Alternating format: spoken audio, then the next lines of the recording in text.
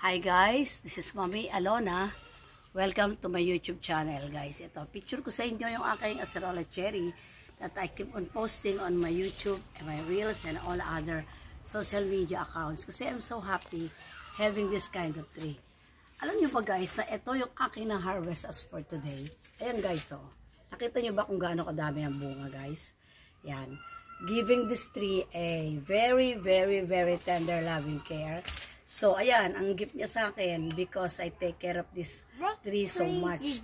Binigyan ko rin siya ng importansya and I give this tree a tender loving care. Kaya ito, in return naman, binigyan niya ako ng sandamakmak na fruits.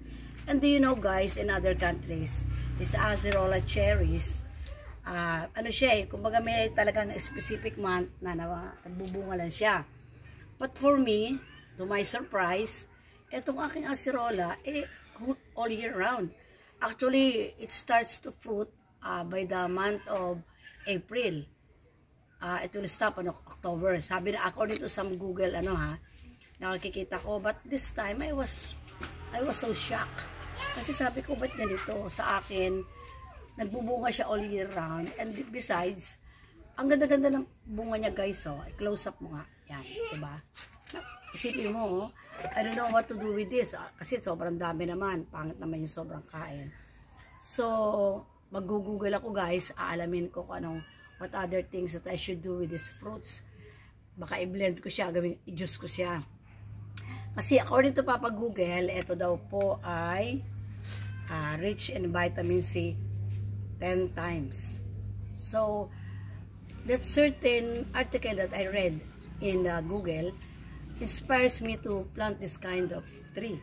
Diba? Kung pwede nga lang tayo, akong mabuhaya ng isang, what do you call this? The original cherries, I would prepare to plant. Kasi gusto ko talaga yun. Kasi favorite fruit ko yun aside from persimmon. And do you know guys, tinan mo, to my surprise, I never expect. God's blessing is always all year round. Diba? Guys, binigyan ako. By the way, guys, I hope you learned something from me. And reading back, going back, ito ay 3 feet lang dati that I bought it. It's 1,200. I bought this kind of plant. So, siyempre sa pag-aalaga ko after a year, ito na aking gift. Worth it yung pag-aalaga ko sa kanya. And yung sa lasa naman, guys, when talking about the taste. Tingnan nyo guys, looks exactly like apples, diba guys? Masarap siya may tangit taste siya na sweet and a little bit sour.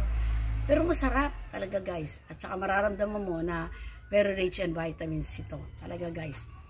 And you can Google it on other farm that nagpatanim sila ng ganito. Even in the US, meron sila nito That's why I'm so proud to tell all of you, my subscribers, na manububuhayan pa rin tayo dito sa Pilipinas sa mga ganitong klaseng tanim.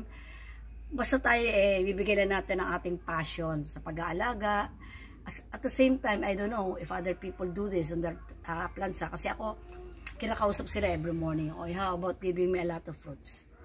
Sometimes may isip din sila. And one thing pa, kasi sa tuktok sila nagbubunga, there's a lot of fruits at the top of the tree, sabi ko sa aking partner, hayaan mo nang kainin ng ibon yon, because it's God's blessing to us. Then let's share it sa mga mga ibon, kasi God's creation siya, di ba guys? Siguro that's one thing na kaya guys na binuhay niya to, pinalaki niya, pinadami niya yung bunga, kasi alam niya we also share, di ba? Sinishare namin. And that's all for the day. I hope you learned something from me. And this is to rewind, this is acerola cherry. Look at this guys, diba? Para siyang little apples. And that's all for the day. This is Mommy A. Don't forget to subscribe on my YouTube channel, Mommy Alona. Bye. God bless everyone.